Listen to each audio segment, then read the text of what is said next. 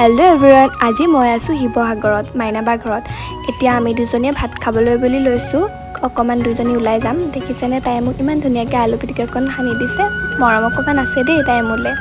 এতিয়া দুজনী ওলাই আহিছোঁ টাউনলৈ বুলি। কাইলৈ ফটোশ্বুটৰ কাৰণে দুজনী থ্ৰেডিং কৰিব আহিলোঁ আৰু কিবাকিবি বজাৰ কৰিবলৈ। তাই বেবী লিপছ এটা ল'লে, দামটো বোলে বহুত বেছি পৰিলে হেনো, সেইকাৰণে তাই সেইটো কৈ আছে এইটো আগতে ইমান আছিলে এতিয়া ইমান হৈ গ'ল।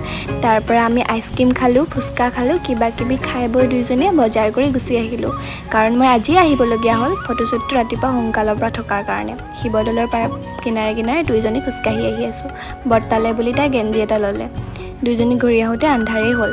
এয়া আগফালে বৰমা বহি আছে। আমি আহি পাই গ'লোহি। আহি পাই মুখ হাত ধুই মেলি ফ্ৰেছ হৈ ল'লোঁ, কাৰণ মোৰো বহুত ভাগৰ লাগি আছে। ঘৰৰ পৰা আহি পাওঁতে মোৰো বহুত দেৰি হৈ গ'ল গাড়ী বগাওঁতে। আৰু আজি ভিডিঅ'টো ইমানেই আছিলে। Thank you everyone, bye by.